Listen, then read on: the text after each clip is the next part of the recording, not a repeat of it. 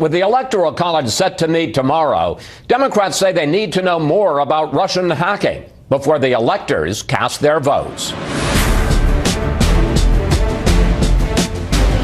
There's ample evidence that was known long before the election about the Trump campaign in Russia.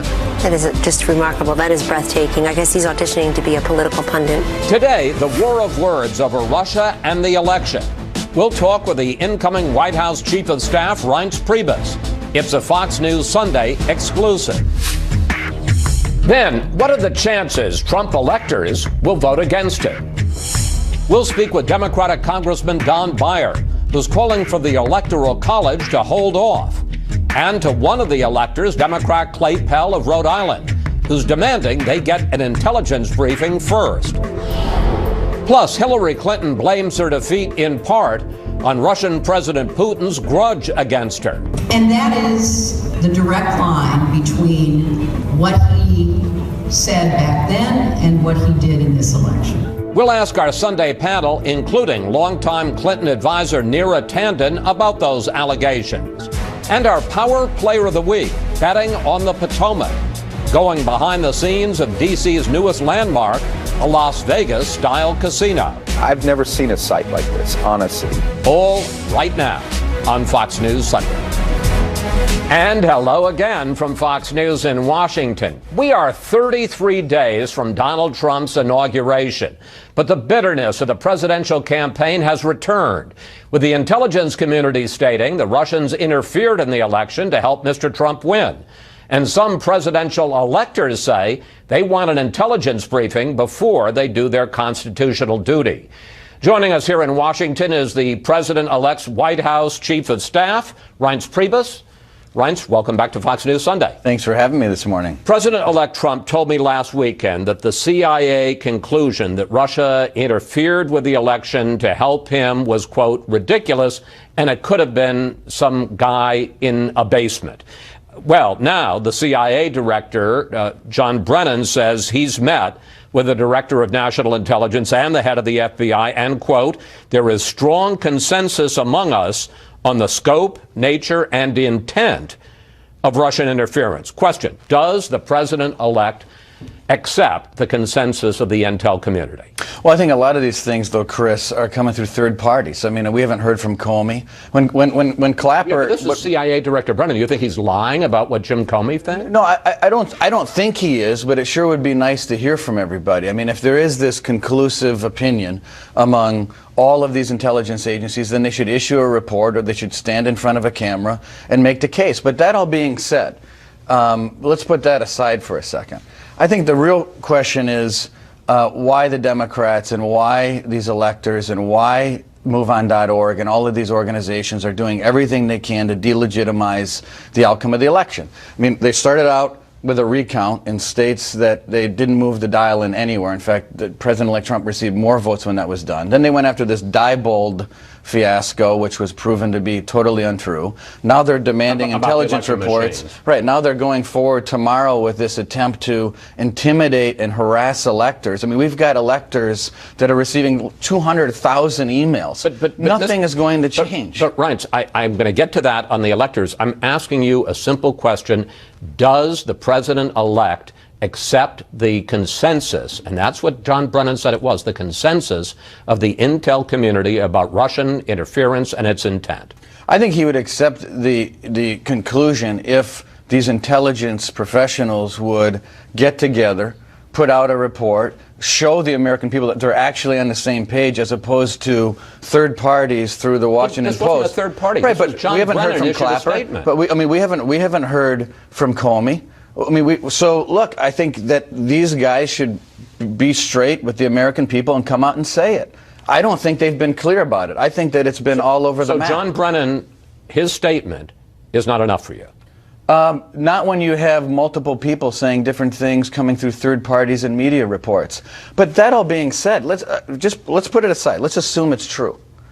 There's no evidence that shows that the outcome of the election was changed because of a couple dozen John Podesta emails that were out there across. I would propose to you. I agree with that, and that's fair. But I'm asking you about the specific question of Russian intelligence. Here's what President Obama said in his news conference on Friday. Take a look. Unless the American people genuinely think that the professionals in the CIA, the FBI, are less trustworthy than the Russians, then people should pay attention to what our intelligence agencies say. And that's really the question I'm focusing on. We'll get to the electors in a minute and what the Democrats are trying to do.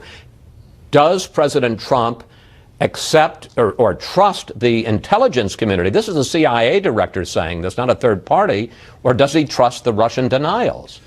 Look, I think that they're almost there, except for the fact that they haven't been totally upfront and transparent in their opinion as to who, what, where, and how this all happened.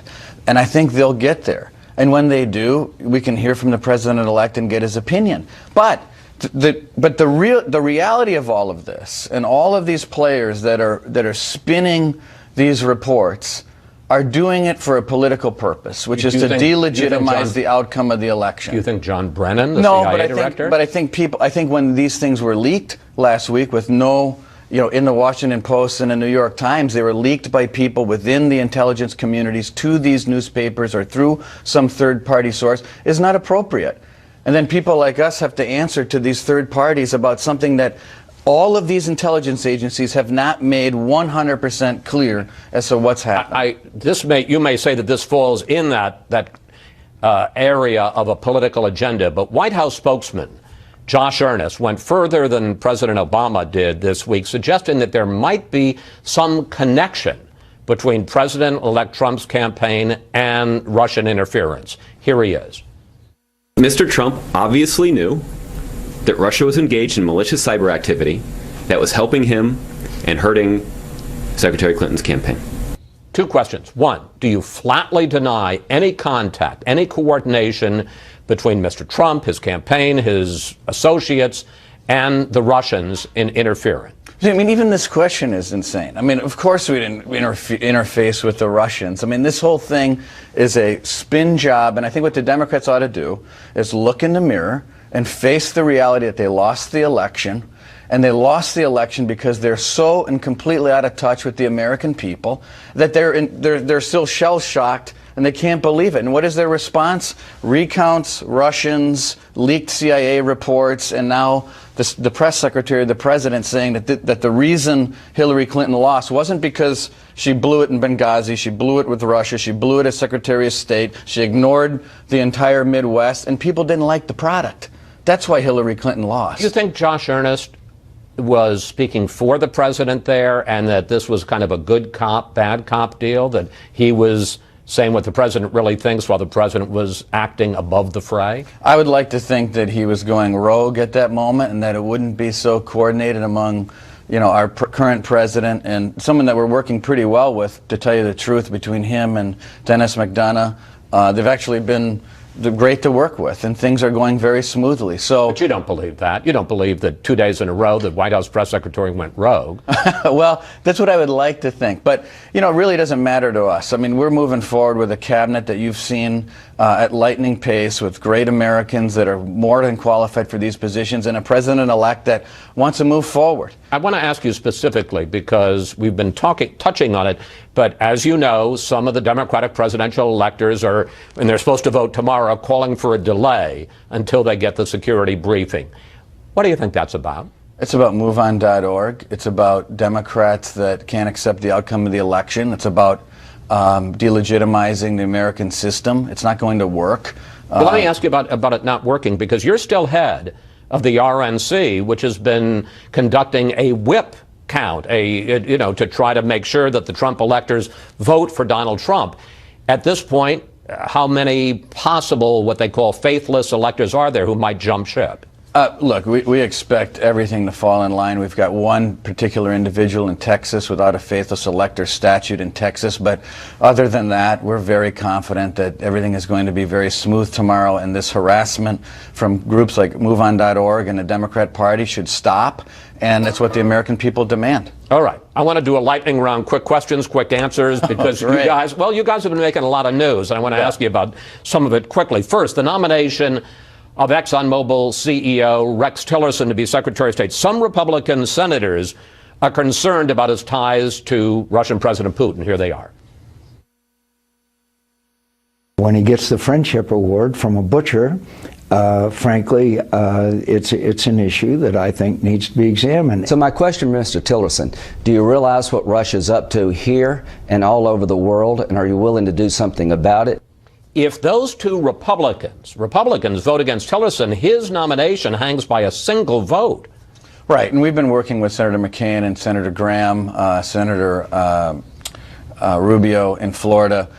We feel really confident about where we're at, and obviously getting Secretary Baker, Condoleezza Rice, Bob Gates, and so many others on board has been a real benefit. And, you know, look, this is a tough world, and I think that, you know, having relationships with people in difficult places is only a positive for Rex Tillerson. And, you know, the good Lord didn't put oil in all freedom, democracy, loving countries. And as being an executive of ExxonMobil, he had to go there and have these relationships. I think that's a total positive and win for our country and President-elect Trump. You're still confident that Tillerson will get through? Totally confident, 100% confident. Okay, now that was a good lightning round answer, so let's keep that up. There you go. All right, China seized an underwater U.S. Navy drone this week, some analysts say in response to President-elect Trump's response to me last weekend, in which he indicated, well, he's going to reconsider the one China policy. Now China says they're going to give back the drone.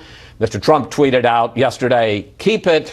But is there some thought about damping down these provocative remarks by President Trump because of the Chinese response? I don't think it's all that provocative, to tell you the truth. To say the one China policy is up for grabs? Well, look, we're not suggesting that we're revisiting one China policy right now, and he's not president right now, and he's respectful to the current president. But let me get to the point. The Chinese ripped a drone out of the water. President-elect Trump said this is an unprecedented act, totally inappropriate. Didn't quite use those words, but that's essentially what he said in a tweet. I think 80% of Americans think it is inappropriate to rip a drone out of the water. They then keep the drone, give it back to the rightful owner. I don't know if you'd want that drone back. I mean, who knows what? So I think every single thing he's done has been factual and has been in line with where 80% of the American people are at. Okay. Mr. Trump has named David Friedman the ambassador to Israel. Friedman opposes the two-state solution, the idea that Israel and Palestine can live against each other, which has been the basis for U.S. diplomacy in the Middle East for decades. Does the appointment of Friedman indicate that Mr. Trump is rethinking the two-state solution? No, I don't think it does at all. They represent the views of President-elect Trump, not their own views when they get elected and appointed into these positions. It's the same thing with all these cabinet secretaries. There's going to be things that individually people may believe in their hearts or in their minds, but ultimately it's their job to represent the President-elect of the United States and his foreign policy. Finally, you had lunch at the White House on Friday with 1 current and 10 former White House chiefs of staff, going back to the Carter administration. Final question. What was the single best piece of advice you got? The single best piece of advice for me is that if you can't tell me something in my office, then don't go into the Oval Office and tell the president. In other words, people are going to talk to the president, and that's fine, but make sure that they give you a readout and you know what's going on. And the second piece of advice was never present an easy decision to the president. Only give him the hard stuff. And how long did they say White House chiefs of staff last? You know, it's anywhere from like 6 months to, I guess, 4 to 5 years. But, you know, the shelf life is not long. Well, you're the person that the spears go into, right? That's right. Chairman Priebus, thank you. Thanks for your time. Always a pleasure to talk to you. All right. God bless. Merry Christmas. Happy holidays. Thank you. Same to you. Please come back. Up next, members of the Electoral College cast their votes for president tomorrow, sealing victory for Donald Trump. But what's normally just a procedural event is anything but this year. We'll talk with one of the electors and a congressman who's calling to delay the vote next. Anti-Trump protesters turning out on the National Mall this weekend, just 2 days before the Electoral College votes for president. As the 538 electors gather in their state capitals tomorrow, some Democrats are asking for more information about Russian interference in the election before they cast their votes. Joining me now here in Washington, Congressman Don Beyer of Virginia, who's calling for a delay in that vote, and Clay Pell, president of the Rhode Island Electoral College. And gentlemen, welcome to Fox News Sunday. Mr. Pell, 80 electors, 79 of whom happen to be Democrats, including you, have sent a letter to General Clapper, the Director of National Intelligence, asking the following: whether there are ongoing investigations into ties between Donald Trump, his campaign or associates, and Russian government interference in the election, and require from Donald Trump conclusive evidence that he and his staff and advisors did not accept Russian interference. Mr. Pell, do you have any evidence of any coordination between Donald Trump or people around him and the Russians? No. All we have is what has been released in public, that there has been an unprecedented intervention by a hostile foreign power in our electoral process. What I want is the information to be out there so that the American public and electors know who has been involved and make sure that we protect the integrity of the American democracy. But with those questions that you ask, you don't have any reason to believe the answer is yes in terms of Trump being involved. Oh, we know that there has been involvement by the Russians. We don't know the full extent of it. All we're asking for is the information to be released. Unfortunately, it appears that that information is not going to be released, and that's why tomorrow, when we vote in the Electoral College, I'll be putting forward a motion to, in fact, call for a bipartisan independent commission to investigate Russian interference. Is that going to stop the vote tomorrow? Oh, absolutely not. The vote will proceed in all the state capitals, including in Rhode Island, and I fully expect that Donald Trump will be formally elected as president tomorrow. But you're going to call for the Electoral College. Now, is it just you, or are there going to be people in all the states where there are Democratic electors? We'll see what happens in other states. In Rhode Island, I'll be introducing this motion to demand an independent commission. This should not be partisan. This needs to get out of partisan politics. This is about protecting democracy. Congressman Beyer, you are asking Congress to pass a law to delay the vote tomorrow, in which, under the laws that currently stands, electors are going to vote, and you want to delay it until electors get the kind of intel briefing that Mr. Pell is talking about. But General Clapper issued a statement on Friday that there will be no briefing of Congress or the electors until, quote, the review is complete, the one that the president asked for, in the coming week. So in terms of delaying the vote tomorrow, do you give up? No, I don't give up, but it's last minute right now. I first came out with this last week, right, with the hope that there still was time to bring Congress back. Because that date tomorrow is not set in the Constitution. It's an act of Congress to do that. And the whole point was that that we basically asked the intelligence community and the president to declassify as much as possible without giving up sources and methods, so that the electors can make a good decision tomorrow. But when Reince was on earlier talking about delegitimizing the American system, is exactly the opposite. The whole two-step electoral college process was to make sure that our electors were making the decisions of wise men and women. But that was done back in the 1700s, when the communication and what the voters knew and what the electors knew was so hugely different. What you're in effect calling for is overturning the will of 130 million people who followed this election, who heard the allegations of the Russian hacking, who saw the fruits of it, and know as much as you do. Well, exactly the opposite. I mean, Donald Trump is only the president-elect, only as appointing cabinet members, and because there's a two-step process.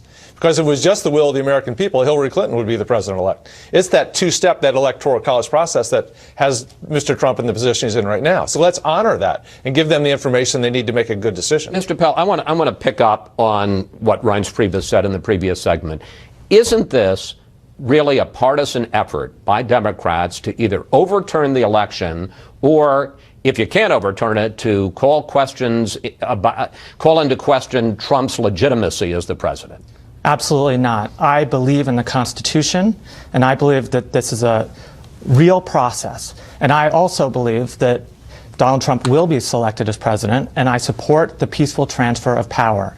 But in the meantime, we have a meaningful role to make sure that the American public has this information and to make it absolutely clear that no foreign government should be able to get away with this. And I would suggest that the president step away from Twitter and start standing instead with the men and women of the intelligence community and getting on board with a bipartisan commission to make sure that we have the facts as the American people. But let's look at who is supporting your effort. John Podesta, who was the chairman of the Clinton campaign, said that your letter, the elector's letter, raises very grave issues involving our national security. And some Hollywood celebrities sent this message to electors. By voting your conscience, you and other brave Republican electors. They're not talking about Russian interference. They're basically saying, we don't like Donald Trump. We voted against Donald Trump, and here's one more chance to try to stop Donald Trump. That's not what I'm talking about. I'm talking about protecting this country from foreign intervention. That's something that we can all agree on. Donald Trump will be selected as president tomorrow, and I look forward to hopefully having him change his tone and stand up against the Russians. How many Trump electors are you aware of who are going to jump ship, who are going to defect and not support Donald Trump? I don't think that's in the cards. I think what is in the cards is that there are Trump electors who don't want to be out there publicly, but who do want this information, who do want to know who is involved and make sure to protect the integrity of the democracy, including for President-elect Trump, that no foreign country can do this in the future. We should have the facts. But here's, I guess, the question I have. Let's say it's all true, and you know, you have a consensus from the CIA, the Department of National Intelligence, and the FBI that there was Russian interference. So what? I mean, obviously it's bad, and you want to stop it, and you want to have cyber security, but why hold Donald Trump accountable for that? Donald Trump was on this show 1 week ago disputing that claim. He was saying that the FBI disagreed with the CIA. Right. He was suggesting that this is all that he would not be holding the Russians accountable. That is what we should not be doing. We need to be clear that the Russians were involved, and we should get the information out there. But does it in any way call into question Donald Trump's legitimacy as president? No. Donald Trump will be selected tomorrow. And I will stand by the will of the people, speaking through the constitutional process that we have. And the reason I'm here today is to defend that process. And until we change the Constitution, the Electoral College has a meaningful role, and I intend to uphold my oath to the Constitution. Congressman Beyer, here's what I don't understand. If they were successful, perhaps not Mr. Pell, but some of the others who want to see 37 electors defect, faithless electors, and either vote for Clinton or vote for somebody else, it would just be thrown, well, if they went for Clinton, but let's say that it was a tie, nobody got 270 and it was thrown into the House. Each state delegation gets one vote. Let's put up where the count stands. In the new Congress, 32 states have GOP majorities, 17 have Democratic majorities, and there's one state that is tied, is split down the middle. Wouldn't Donald Trump just win in the House? Well, a Republican would win in the House. There's really no expectation that an elector that deserts Donald Trump will vote for Hillary Clinton. They're more likely to vote for a different Republican, a Kasich or whoever. And I disagree a little with my friend Clay about the legitimacy of the Trump election, in the sense that if we have clear evidence that Paul Manafort, that Roger Stone, that General Flynn, even the last Trump press conference, the last one back in July, where he ended the press conference by turning to the camera and saying, hey, Russians, go hack Hillary's emails. There's enough there that we should see the intelligence reports and let the electors make a good decision. But you don't have any evidence of any coordination. Oh, I haven't seen the intelligence reports. Okay. But one last quick question. Do you really think that Hillary Clinton lost the election because of Russian interference? Because right after the election, you were quoted as saying, we lost touch with white, working class, rural America. 2/3 of Americans think we're on the wrong track. You didn't talk about Russian interference. You basically said the Democratic Party is out of touch. Well, I think there are many reasons why she lost that election, and the Russia may be a piece of it. And I don't know how many votes that actually moved. So let's let the commission, as Clay talked about, and the intelligence reports that we hope to see. Gentlemen, thank you. Thank you both for coming in today. We'll see how the Electoral College votes tomorrow. Coming up, we'll bring in our Sunday group to discuss the Russian hacks and the push to get GOP electors to vote for someone other than Donald Trump. As big a deal as Watergate, as 9/11, and I think they should have a 9/11 type commission. Senate Democratic leader Harry Reid comparing Russia's interference in the U.S. election to American calamities and calling for a full investigation. And it's time now for our Sunday group. GOP strategist Karl Rove, Fox News political analyst and columnist for The Hill, Juan Williams, president of the liberal think tank, the Center for American Progress, Neera Tanden, and Michael Needham, head of the conservative Heritage Action for America. Well, Neera, this is personal for you because in the leak of the Podesta email, some of yours came out. Yeah. A lot of mine came out, and it was covered often. And I think the truth of this is we've learned a lot over the last week. We've learned that the CIA found that this was not just to undo democracy or hurt America, but was really designed for the Trump campaign. The CIA also has indicated that Putin was involved. And then over the weekend, we now have heard great consensus about this, which is the FBI agrees as well. And I think the real issue here is why there isn't more interest on the part of Republicans to find out what has actually happened. I agree with Reince Priebus. We need to know about the what, when, who, why, and where. And that's why we do need an investigation. We had 33 House committees and Senate committees on Benghazi. You think we could get one committee from the House to investigate this, and I don't understand why Paul Ryan won't put the interests of American democracy ahead of partisanship and call for an independent investigation into this. What did you make of Priebus's reluctance to accept the conclusion of the CIA and say he would like to hear directly from the FBI and the Director of National Intelligence? It's not the CIA, it's also the FBI. We've learned. I don't understand it. I don't understand why they don't want to know. If there's questions about this, if there's no connection to this election, then let's get all the facts out. If he's so confident about the fact that this didn't help them get elected, then what do they have to hide? But even if the Russians were the CIA conclusion is correct, or the consensus of the intelligence community, and the Russian hacking was done to interfere in the election and also to help Trump, is it fair to hold Trump responsible for that? I hold him responsible for not wanting to give us the facts, to try to say there's nothing here, to attack the intelligence analysts and the Central Intelligence Agency instead of trying to find out. That's what I hold him responsible for. I don't understand why, as president of this country, he will be president, why he doesn't want us to know what happened here. It is the case the FBI was investigating. It is the case that during this election, the FBI was investigating Paul Manafort's role. It's his connections to Russia. I do not understand why, if they think everything is up and up, why they want to shift information, why they don't want to share this information. It does make people wonder what is going on. One more question before I bring everybody else in. What do you think of the effort by a number of Democrats to urge Republican electors to vote for someone else? Look, I think the most important thing here is really just getting the information about Russia. I know that there are a lot of electors who are interested in a lot of things going on here. I think the request to have a briefing about this is an appropriate request. Carl. First of all, let's be clear. The CIA said Russia did not have, quote, a single purpose. That is to say, the idea that this was all about helping Trump. They repeatedly targeted, the CIA said, both parties trying to get into their systems. And only one and let me finish. And they said that this was about, that an important part of the Russian hacking was aimed at undermining confidence in the American electoral system. Now, this is I agree there ought to be an investigation about it. I agree that there ought to be. That's why it was astonishing to me that the CIA would not begin that process last week by giving a briefing to the House Intelligence Committee as requested. Let me finish. I didn't interrupt you. Sorry. Now, let's be clear. I love all the hyperventilation on the left that this somehow was responsible for Hillary Clinton's defeat. On October 6th, the day before the first WikiLeaks, she was at 48% in the Real Clear Politics average, and on Election Day, she got 48.08%. Let's be clear what this is about.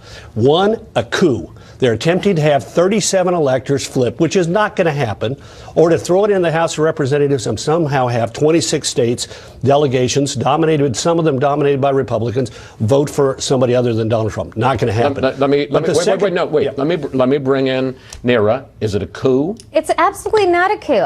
The question here is, could we just get information to the country? It's wrong. The CIA director reached out to Nunes, who would not take his call. The House Intelligence Director. He was on the Trump transition. He reached out to him last week. He would not take his call. And the CIA director would not respond to his invitation to come brief the committee, Democrats and Republicans. So I think we should get the information out. So do you want the House to hold a committee, hold a hearing on this, an independent investigation? I want the Congress to do so in the right time, but I do not want it to be used as an excuse to delay the constitutional process. This is an effort to delegitimize Donald Trump. I saw this happen in 2002 when Democrats went around saying Bush is not a legitimately elected president. Many of your same allies were out there saying the same stupid things. And Don Beyer, who sat here, he was quoted in the Washington Post saying, quote, we're about ready to be saddled with, quote, an illegitimate president. This is all about undermining the confidence in the system. After all the pious discussions about, we've got to accept the outcome of the election, Donald Trump, the Democrats are now refusing to accept the outcome of the election and using this controversy, which, again, I point out, had at most, de minimis impact on the election. We can both agree. I think that the truth is here, we now both agree that there should be an independent investigation, and that's great. Okay. Congressional investigation. During the third presidential debate, I asked both candidates about their willingness to accept the results of the election. Here it was. Are you saying you're not prepared now to commit to that principle? What I'm saying is that I will tell you at the time. I'll keep you in suspense. Well, okay? Chris, let me respond to that because that's horrifying. One, as you remember, at that time, Democrats were outraged at Donald Trump's response. But aren't they engaged, as Carl suggests, in exactly that now, refusing to accept the results of the election and trying to undercut the legitimacy of Donald Trump as our next president? Well, there's no question Democrats run the risk of looking like hypocrites given what happened at that expertly moderated debate in October. Pretty good. But in fairness, at the time what was on the table was the idea of voter fraud, and it was being pushed by Republicans and Trump. There's so much voter fraud in the country that the race could be tossed to Hillary Clinton illegitimately. He could win the popular vote and be denied all this. That's what he was responding to. Now we're dealing with something else, which is about Russian interference in the democratic process and tilting the election and the news coverage against Hillary Clinton and for Donald Trump. So when we come to the Electoral College now, you got to remember the Founding Fathers. I just finished a book about the Founding Fathers. Founding Fathers did not design the Electoral College to be a rubber stamp. To the contrary, they think the electors should have the capacity to exercise some discretion. Do I think that a coup is going to occur tomorrow? Absolutely not. But it's not the case to say that it delegitimizes Donald Trump for people to ask questions. Well, Michael, you're Democrats don't run the risk of looking like hypocrites. The Democrats are in fact being hypocrites. There's a 0.0% chance that the Electoral College tomorrow will not vote for Donald Trump as President of the United States. This is all a distraction. What we should be focused on right now is that Donald Trump is making spectacular appointments to the United States cabinet. I think this may be the best cabinet that the country has had, certainly in my lifetime. That is what the issue is at. The issue is that Donald Trump won an election because he connected with people who have real anxiety, and that the Democrats would be better serving themselves if they spent their time talking about the economic anxiety that people in this country face. But wait. But I don't want to do I want to get out of the boilerplate here, Michael. You talk a lot about constitutional principles when you're here on. Is the electors and the idea that they might re-examine the whole question as to whether or not they support Trump, is that exercising constitutional principles? Sure, but there's no chance that Donald Trump will not be the president. I'm not asking about the chances. I'm asking about the principle. It is perfectly valid for the Electoral College to look at it. There is no chance that will happen. It is possible that an asteroid might come out of the sky and also change the outcome of who's going to be sworn in on January 20th. The fact is that on January 20th, Donald Trump is going to be sworn in as President of the United States because tomorrow the Electoral College is going to elect him President of the United States. I think and we should be focusing on the issues that our country has and not debating hypotheticals that have absolutely no chance of happening. Michael and I agree that the Electoral College has the right to exercise some discretion to look and see whether or not this person is properly qualified.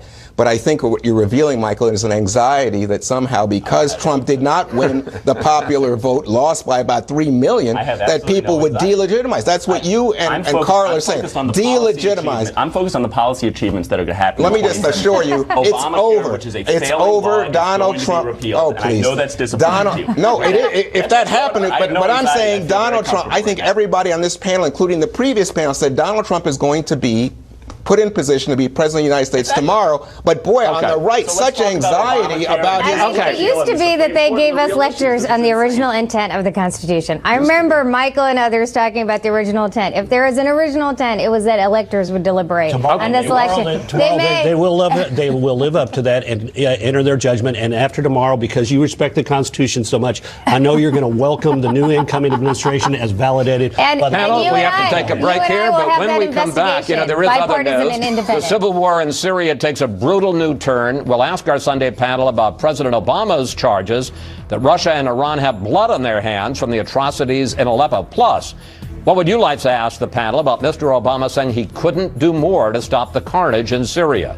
Just go to Facebook or Twitter at Fox News Sunday, and we may use your question on the air. All in and willing to take over Syria, we were going to have problems. And that everything else was tempting because we wanted to do something and it sounded like the right thing to do, but it was going to be impossible to do this on the cheap.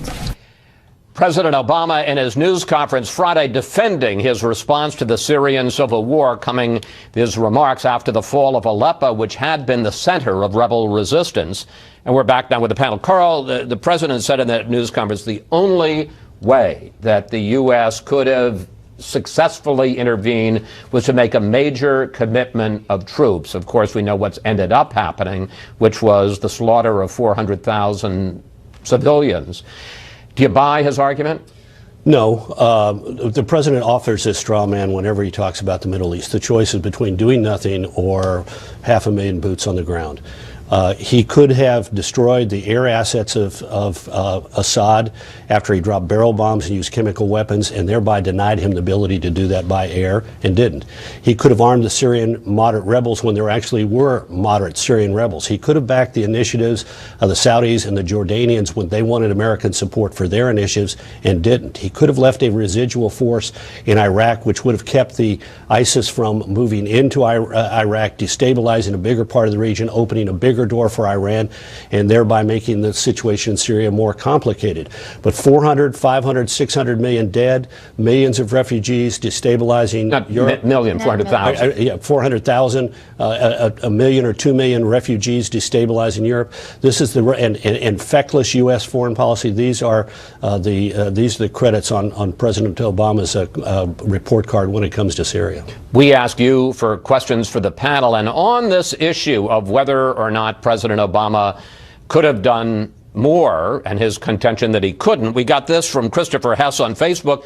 He could not have done more. He didn't do anything. He should have enforced a no-fly zone, created safe zones, and gone directly after Assad and gotten rid of him. Neera, how do you answer Christopher? I think the issues are that there is a live debate whether years ago we could have done more to defend or to help the moderate Clinton back forces. in 2011, in fact, was urging that they put more support for the Syrian rebels. Yes, and the question always has been that once you start down that road, it does become one in which what happens when they're slaughtered? Do we defend them? Do you put troops on the ground? He has been concerned about the slippery slope, and we have seen that we have taken other actions. Obviously, our engagement in Iraq, which is a contributing factor to the destabilization of the entire Middle East, and in fact, a factor in what has happened in Syria, has been part of this problem. But I appreciate the situation in Aleppo is a disaster. What has happened in Syria there are no good answers at this point, and I hope this is one area where you'd see a different course, perhaps, with the new president-elect. But we aren't seeing that. In fact, we're seeing, his positions on Syria have been to accede to the Russians. He has argued that the Russians are actually going after terrorists. I think that is disconcerting that the president-elect would be making these kinds of arguments that are pro-Russian and, frankly, in the interests of Iran in Syria as well. Speaking of the interests of Iran, Michael, how much do you think the president's policy or non-policy in Syria was driven by his desire to do nothing to interfere with making a nuclear deal with Iran? A ton, and we see the evidence of it. The Wall Street Journal has an article out that talks about the fact that when the president was thinking about whether or not to enforce his red line over the use of chemical weapons, Iran came in and said, if you enforce this red line, the nuclear agreement, which has become the kind of which he was obviously pursuing, that the nuclear agreement was dead. At the time of the nuclear negotiations, the Wall Street Journal reported on a letter President Obama sent Ayatollah Khomeini saying that I will not be going after Assad. And so very clearly the president's kind of ambition to get this deal with Iran, this kind of view that maybe if we get Iran on our side, we could unite against Sunni radicalism, that worldview, which has been a failure and has taken us from the position we were in 2009, where with the Green Revolution you had a chance for a once-in-a-generation change in the regime of one of America's biggest enemies, to the disaster we have. And it's because of the pursuit of this nuclear agreement, which has been a disaster. Let me bring Juan in, and then I'm going to come back to you. Whatever the reason for the Obama policy, whatever the justification, in addition to the humanitarian carnage that happened here, the fact is that Assad now seems secure in holding on to power, and Iran and Russia are stronger in the Middle East. I mean, that's not a successful policy, is it?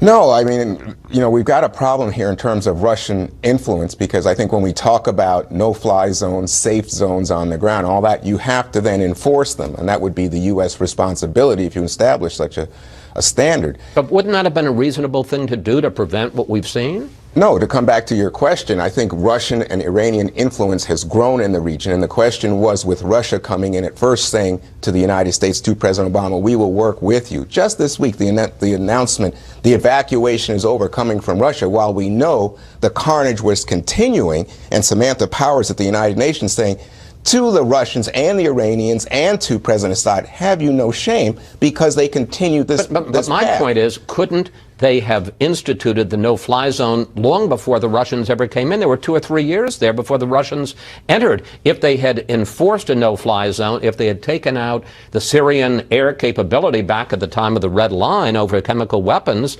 none of this would have happened. I don't think so. I think, to the contrary, you might have accelerated the degree of difficulty in specific, that you would have then had the Russians come in, because the Russians and Iranians have been backing Assad all along. He is their puppet, in my opinion, and they would have acted to protect their interest in the region. So I think, and once, don't forget this, if you take out Assad's air, then you are essentially putting us in there as a force, and the force then might be threatened not only by Russians, but consider the Turkish government, which had a relationship in terms of oil, lots of other factors. That's the problem. And Carl? One last point on this, to Carl's notion. The American people did not want to go in. Given what happened during the Bush years, Carl, they did not want more boots on the ground. Well, first of all, again, thank you for the straw man argument that we need 500,000 people on the ground. I didn't say that. We didn't need that. We needed decisive action.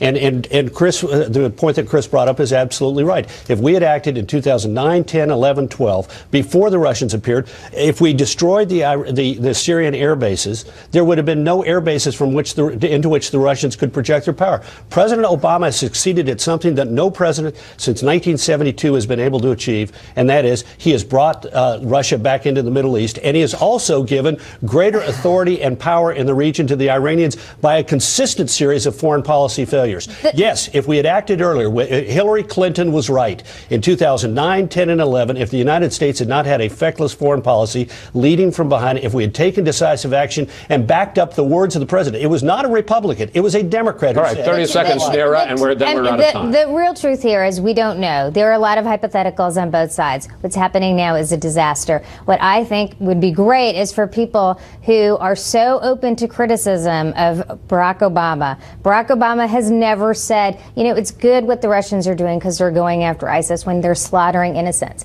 And I wish, Michael, you would be as critical of President Trump's policies, which are actually helping Russia and pro-Iran. President Obama has never. President Trump right now. He will be held accountable to his foreign policy, your foreign policy. Guys, we're going to continue. I wish you could be here, folks, because we're going to continue this during the commercial. Thank you, panel. See you next Sunday. You ran right through the red light on both panels. Up next, our Power Player of the Week. A slice of Las Vegas opens on the Potomac.